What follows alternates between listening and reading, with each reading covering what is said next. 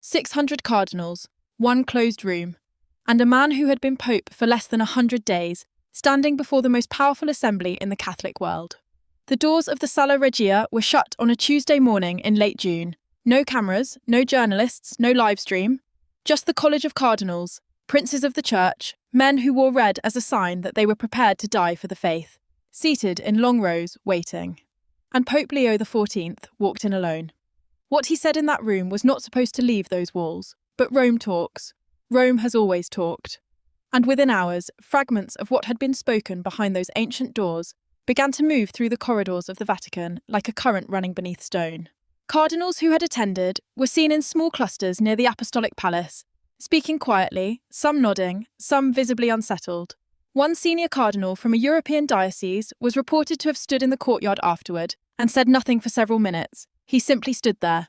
This is the story of what happened inside that room, what Leo XIV said, why it landed the way it did, and what it reveals about the kind of pope this man intends to be. It begins as so many things in this pontificate begin, not with ceremony, but with a question. Leo XIV had been asking questions since the morning of his election. Those who know him, the men who worked alongside him in the dicastery for bishops, the priests who served under him in Peru, the academic colleagues who debated with him in theology seminars years before anyone imagined he would one day wear white, they all say the same thing. He does not arrive at a room with answers. He arrives with questions, carefully chosen questions, questions that take a long time to stop echoing. The College of Cardinals had not gathered in this configuration since the conclave that elected him. That gathering, held under the weight of the late Pope Francis's passing, had been solemn, sequestered, and in many ways unprecedented. The men who walked out of that conclave, having elected a North American pope for the first time in history, knew they had done something that would be written about for generations. Some of them were proud, some were uncertain. A few were quietly resistant, though none would say so openly. By June, the resistance was no longer entirely quiet. 3 initiatives from Leo's first months had generated what Vatican observers diplomatically called internal discussion. The first was his restructuring proposal for the Dicastery for the Doctrine of the Faith, a proposal that suggested expanding the consultation process for certain doctrinal reviews to include lay theologians and, in some cases, lay people with relevant expertise. The second was his directive on the financial reporting requirements for Vatican-adjacent institutions, which went further than anything his predecessors had formally mandated. The third and most contested was a letter he had sent privately to a select group of bishops, asking them to begin what he called a sincere and unhurried examination of pastoral practice in their local churches, with no specific agenda attached, which made it, depending on who was reading it, either refreshingly open or dangerously unmoored. None of these things had been condemned. None had provoked a formal objection. But the college had opinions, and Leo XIV knew it. That is why he called the meeting. The decision to address the cardinals directly, behind closed doors, without a prepared text distributed in advance, was itself a statement. Previous gatherings of this kind had followed a predictable structure. Curial heads would present updates. Questions would be submitted in writing beforehand. The Holy Father would offer remarks from a prepared address, and the afternoon would close with the recitation of the Liturgy of the Hours. Formal, dignified, controlled. Leo XIV abolished that structure for this meeting. No pre-submitted questions, no prepared remarks distributed to the press office ahead of time. The cardinals were told only that the Holy Father wished to speak with them and to hear from them, and that the conversation would be, in the words of the meeting notice, direct and fraternal. Those 2 words circulated before the meeting took place: direct and fraternal. In Vatican Italian, that phrase carries weight. It does not mean comfortable. He began, by several accounts, without preamble. He stood at the front of the room, he did not sit, which was noted, and he looked at them. He looked at them for what was described as a long, quiet moment. And then he said something that no one in that room had expected. He did not open with a greeting. He did not open with a prayer. He opened with a confession. He told them that he had spent the first months of his pontificate afraid. Not afraid in the way a man fears physical danger. Afraid in the way a man fears failing something that matters more than himself. He said that he had knelt in the chapel of the Domus Sanctae Marthae on the night of his election, after the cardinals had departed and the staff had gone quiet, and he had prayed one prayer, only one, which was simply, "Do not let me become the kind of pope who forgets what it costs to be a priest." The room was silent. He then said that in the weeks following his election, he had received more than 4,000 letters. Most came from ordinary Catholics, from mothers in Brazil, from farmers in the Philippines, from young people in Poland and Nigeria and South Korea, who were asking the same questions in different languages. He said he had read as many as he could personally, and that when he could not read them himself, he had asked that summaries be brought to him each morning. He told the Cardinals that the letters had taught him more about the state of the Church in 1 month than any report he had read in the preceding decade. He paused there, and then he said the line that would travel. He said, "We know the weight of the institution. What some of us have forgotten is the weight of the person standing outside it." The Cardinals did not react immediately. There was no murmur, no shift of energy in the room. Several of those present said later that the silence lasted longer than expected, that it was the silence of people absorbing something, rather than deciding how to respond to it. Leo XIV continued. He moved from that line into something more specific. He told them he wanted to speak about 3 things: the Church's relationship to its own history, the pastoral challenge that he believed was the defining test of this generation, and what he expected from the college going forward. He began with history. He said that the Catholic Church was the custodian of the longest continuous institutional memory in human civilization. Longer than any nation, longer than any university, longer than any dynasty. He said this was not a reason for pride, it was a reason for gravity. Because institutions with long memories could do one of 2 things with that memory. They could use it to understand how they had arrived at the present, to see the patterns in their own errors and their own graces, and to move with the kind of wisdom that only long experience can produce. Or they could use their memory as a fortress, as evidence that what had always been done was always right, and that the future was best approached by defending the past. He said he had seen, in his time in the Church, both of those tendencies, and he said he believed the Church was, at this moment, being called unmistakably toward the first, toward the honest, sometimes painful use of its own memory, not as a defence, but as a lantern. He gave an example that no one expected him to give. He spoke about the Church's response to the clerical abuse crisis, not in abstract terms, not in the language of policy or commission reports, but in the terms of what it had done to individual human beings. He named no cases, he mentioned no dioceses, but he described, in careful and unflinching language, the experience of a child who goes to a priest seeking God and is instead harmed by the person standing in God's place.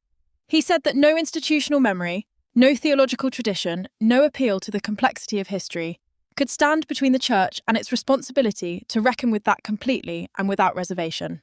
Several cardinals who had been present at earlier gatherings where this subject arose noted afterward that it had never been addressed in quite this way, not with this directness, not from this angle, not by a sitting pope in a private forum, without the cushion of prepared language and diplomatic framing. One cardinal, speaking to a trusted Vatican journalist off the record, said, "He did not speak about it as a problem that had been managed. He spoke about it as a wound that was still open." From there, Leo XIV turned to the pastoral challenge. He said that the Church was losing young people at a rate that no synod document had adequately addressed. He said this was not a marketing problem. It was not a communications failure. It was not something that could be solved by better social media or more accessible liturgy, though he said he was not opposed to either of those things. He said the departure of young people from the Church was a spiritual signal, a signal that something in the transmission of the faith had broken down, and that the Church needed to ask, with genuine humility, what its own role in that breakdown had been. He stopped again. And then he said something that was, by the accounts of those present, said very quietly. He said that in his experience, the young people who left the Church had rarely left because they stopped believing in God. They had left because they stopped believing that the institution cared about them. And he said that distinction mattered enormously, because it meant the door was not closed. It meant the conversation was not over, but it also meant the conversation had to be different. He told a story. In his years as a bishop in Peru, before he was called to Rome, he had made it a practice to visit one school each month, not to give an address, not to celebrate a mass, though sometimes that happened. He visited, to sit with students, to eat lunch in the courtyard, to listen. He said that on one of those visits, a 17-year-old girl, he described her as serious-faced and precise in the way she chose her words, had said to him something he had never forgotten. She said, "Bishop, I believe in the resurrection. I just don't believe the Church believes in me." He said that sentence had stayed with him for 11 years. He said it was the sentence he thought of when he read the synodal reports on youth ministry. He said it was the sentence he thought of when he opened the 4,000 letters. And he said it was the sentence he thought of when he asked himself what a pontificate should, at its most fundamental level, try to do. the belief of the Church in the person, not merely the invitation extended to the person to accept the belief of the Church. He did not elaborate on that distinction at length. He let it stand. And then he moved to the third thing he had promised to address, what he expected from the college. This was where, by all accounts, the room changed. Leo XIV said he was not going to tell them what to think. He said he was not going to instruct them on theological conclusions or demand conformity to a particular vision of reform or tradition. He said he believed deeply in the authority of the college as a body of men who had given their lives to the faith and who carried in their various episcopacies and their curial roles an enormous amount of genuine wisdom. He said he respected that wisdom and intended to draw on it, but he said he needed something from them that was harder than compliance. He said he needed honesty. He said that in his first months he had sometimes sensed, in his interactions with curial leadership and with senior members of the college, a kind of managed agreement. He said this gently. He said he understood why it happened, that the relationship between a pope and his cardinals was one of the most structurally unequal relationships in any institution on earth, and that this inequality naturally produced, over time, a tendency toward deference. He said he was not criticizing anyone for this tendency. He said it was deeply human and, in many contexts, deeply generous. But he said it was not what he needed from them right now. He told them that he wanted them to disagree with him, to his face, in writing if they preferred. Through the proper channels, through their dicasteries, through private correspondence, however they were comfortable. He said the Church was facing questions that were too large and too consequential for any one man, including the Bishop of Rome, to answer alone. He said the Holy Spirit worked through the whole body, and that meant the whole body had to actually speak. One cardinal, whose identity has been reported by two separate Vatican correspondents, though not confirmed officially, reportedly raised his hand at this point and said that there was a theological question implicit in what the Holy Father was saying. That question being, at what point did the Pope's role, as the one who definitively confirms and teaches the faith of the Church, come into tension with the kind of open-ended discernment process Leo XIV seemed to be describing? Leo XIV reportedly looked at the cardinal for a moment and then said, "That is exactly the right question, and I want us to spend the next 2 years finding a careful answer to it together. That is not an evasion, that is a method." The room, according to everyone who has spoken about it, moved at that moment. Not into applause, that was not the kind of meeting it was, but into something like recognition. Something like the feeling of understanding, for the first time, what kind of pope had actually walked through the door. He spoke for another 40 minutes after that exchange. He addressed specific concerns that had been raised informally through the curial apparatus, concerns about the pace of certain reforms, concerns about the financial transparency directives, concerns about the letter to bishops and its potential to be misread as an invitation to doctrinal freeform. He addressed each of these in turn, calmly and with specificity. He made no apologies for the substance of any of his initiatives, but he acknowledged, in each case, that the process could have been better. He said, "When a decision is right, but the consultation was inadequate, the decision is weakened. That is a lesson I am learning in real time, and I will do better." He asked for patience, not the patience of deference, not the patience that waits for the Pope to tell it what to think. He asked for the patience of people who believed that something genuinely important was being attempted. He said he could not promise success. He said he could not promise that every decision he made in the years ahead would be correct. He said he could promise that he would never make a decision without prayer, without consultation, and without the awareness that behind every abstract policy question was a human being whose dignity was at stake. He closed with a story that no one in the room expected. He said that in preparation for the meeting, he had gone back and read a particular passage from the letters of St. Augustine. The letters, not the confessions, not the City of God, the letters, which are less read and in some ways more revealing of the man. He said there was a letter Augustine had written to a bishop who was struggling with his diocese, a bishop who felt surrounded by conflict and uncertainty, and who had written to Augustine essentially asking, "How does one hold a church together when it seems intent on pulling itself apart?" He said Augustine's answer was not a theological argument, it was a single image. Augustine told the bishop to think of himself as a person holding a lamp in a wind. The lamp could go out, that was always possible.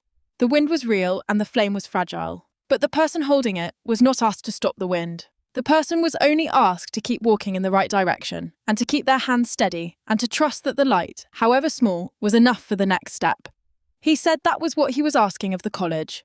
Not certainty, not agreement, not the suppression of questions or the premature resolution of tensions that were genuinely complex. He was asking them to keep their hands steady, to keep walking, and to trust that the light was enough.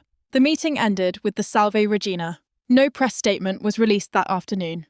The Holy See's communications office confirmed only that the Holy Father had met with members of the College of Cardinals in a fraternal exchange, and that further meetings of this kind were being planned.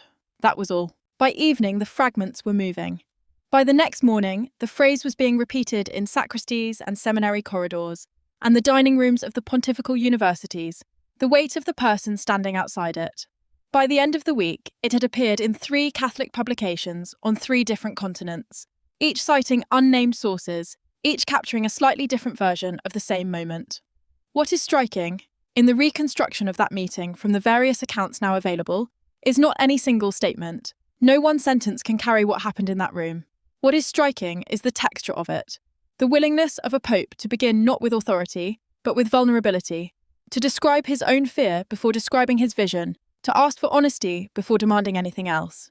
Those who have studied this pontificate closely, who have read the documents, watched the audiences, tracked the small decisions and the large ones, say that this meeting was not a departure from what Leo XIV has been doing. It was a clarification. It was the moment when the interior logic of this pontificate became visible to those who most needed to see it. He is not trying to dismantle the institution. He is not trying to remake doctrine. He is not, as some feared and some hoped, depending on which side of various debates they stood, a radical in white. He is something arguably more unusual and more demanding than that. He is a man who believes that the Church's greatest resource is its people, all of its people, the ones inside the walls and the ones outside them, and that the task of leadership is not to decide for those people, but to create the conditions in which they can, together, find their way. Whether that vision is sustainable across the arc of a full pontificate remains to be seen. The questions it raises are not small. The tensions it surfaces are real. There are cardinals who left that room energised and cardinals who left it troubled. And both of those reactions are in their own way evidence that something genuine was said. What the 17-year-old girl in Peru said to the bishop who would one day become pope, "I believe in the resurrection. I just don't believe the Church believes in me." That sentence did not end in that schoolyard courtyard 11 years ago. It travelled with him through his time in Rome, through the conclave, through the 100 days and the 4,000 letters, through the meetings and the directives and the quiet hours in the chapel before dawn. And in the Sala Regia, on that Tuesday morning in June, before 600 cardinals in a room with the doors closed, it arrived at last at the place where it could do the most work. He had not forgotten what it costs to be a priest. He had not forgotten the weight of the person standing outside the institution. And in saying so, plainly and without decoration, to the most powerful gathering in his church, he placed that weight exactly where it belonged, at the centre of everything. The lamp is small, the wind is real, but the hands, for now, are steady. There is a particular kind of silence that follows a moment of institutional honesty. It is not the silence of agreement, and it is not the silence of dissent. It is the silence of people recalibrating, adjusting, almost imperceptibly, the internal image they had carried of a person or a situation, replacing it with something more accurate and therefore more demanding. That was the silence in the Sala Regia when Leo XIV finished speaking. And that silence did not fully end when the cardinals filed out into the afternoon light. It followed them. It followed Cardinal Fernandez Ramos back to his office in the Dicastery for the Doctrine of the Faith, where his secretary reported that he sat for nearly an hour without asking for anything. No coffee, no correspondence, no calls returned. It followed the 3 African cardinals who walked together toward the Sant'Uffizio without speaking. Their conversation, when it finally began, conducted in low voices that their accompanying staff could not hear. It followed the older Italian cardinal who had been present at 3 previous conclaves and who had, in the estimation of people who knew him well, seen everything the Vatican could produce, who stopped at the door of the basilica on his way back, placed his hand briefly against the stone, and then walked on. What moves through an institution after a moment like this is not always visible in the days immediately following. The visible things are what the press reports, the confirmations and the denials, the unnamed sources and the careful non-statements from the communications office. The invisible thing is the recalibration, the adjustment of internal expectations, the quiet process by which people who had been watching a new pope from a cautious distance begin or refuse to move closer. In the weeks after the meeting, several things happened that observers noted as connected, though no one in the Vatican confirmed the connection. The first was that Cardinal Archbishop Osai Bonsu of Accra, one of the 3 African cardinals who had walked in silence after the meeting, submitted a document to the Secretariat of State that had not been requested.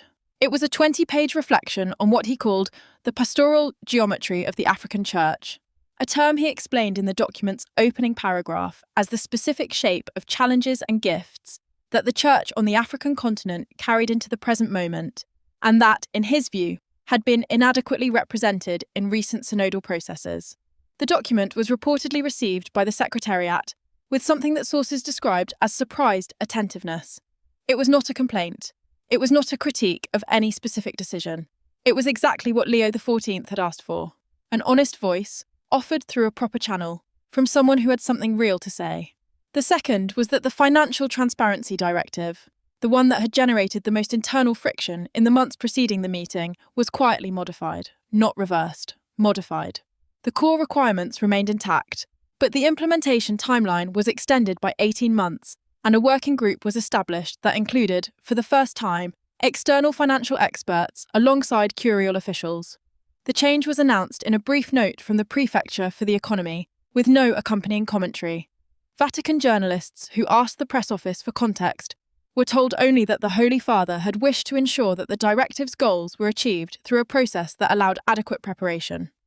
Reading between those lines was not difficult. The third thing, and this is the one that travelled furthest beyond Vatican walls, was a photograph. 3 weeks after the closed-door meeting, Leo XIV celebrated Mass at a small parish church on the periphery of Rome. Not the kind of visit that makes the official calendar weeks in advance. A quiet visit, arranged with the pastor 2 days before, with no media notification. A Vatican photographer was present, as is standard. But the expectation in such visits is usually a handful of images suitable for the archive. The Pope at the altar, the Pope greeting parishioners, the standard, dignified documentation of a pastoral moment. One image came out differently.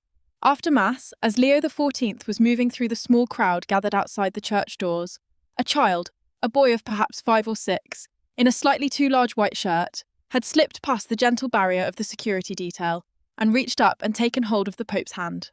Not tugging at it, not demanding anything, simply holding it. The way a child holds the hand of someone they have decided, in the uncomplicated logic of childhood, to trust. Leo XIV stopped walking. He looked down, and then he crouched, fully, knees to the ground, white cassock against the dusty stone of the Roman street, and he looked at the boy at eye level. They appeared to exchange a few words, though the photographer was not close enough to capture what was said. The boy, by the account of the parish staff member standing nearest, said something that made the Pope laugh, a real laugh, not the public laugh of a man performing warmth, but the sudden, unguarded laugh of someone who has just heard something genuinely funny and has no time to compose a response to it. The photograph caught that moment. The crouching Pope, the laughing Pope, and the small boy with his hand still held in the larger hand, looking pleased with himself in the way children look when they have said something that landed exactly as intended. It was not a staged moment. It was not a communication strategy. It was a Tuesday afternoon on a Roman street, and it was what it was, a man who happened to be Pope, and a child who had not gotten the message that he was supposed to be cautious about that. The image moved through Catholic social media within hours. By the following morning, it had been shared across every continent where the Church had a presence. The comments beneath it, in dozens of languages, returned again and again to the same observation, expressed in ways ranging from the theological to the entirely simple. This man remembers what matters. That is perhaps the most important thing the Sala Regia meeting produced. Not a policy shift, not a diplomatic repositioning, not a change in any formal structure of the Church's life. What it produced was a moment of authentic self-disclosure by a Pope who had been, until that morning, somewhat opaque to the men who served alongside him. He had been competent, clearly. He had been thoughtful. He had been, by the standards of modern papal communication, unusually direct. But he had not yet been fully legible. The meeting made him legible. It gave the college, and through the college, the broader Church, a clearer view of the interior from which his decisions were emerging. And what they saw there was not a programme. It was not an ideology. It was a conviction, held with a kind of quiet intensity that is more durable than enthusiasm and more persuasive than argument. That the Church exists for the person. Not as an abstraction, not as a category. The specific, irreducible, unsubstitutable person. The one standing outside the institution wondering if anyone inside it knows their name. That conviction, traced back far enough, leads to the schoolyard in Peru. to the serious-faced girl who believed in the resurrection but not in the church's belief in her, to the bishop who heard that sentence and carried it for 11 years across 2 continents and through a conclave and into the highest office in his faith. It leads to the boy on the Roman street, whose name no one recorded, who reached up and took the Pope's hand and said something that made him laugh. The lamp is small, the wind is real. And somewhere on a dusty Roman street, for one unguarded Tuesday afternoon, the hands forgot to be careful, and the light, in that forgetting, burned a little brighter.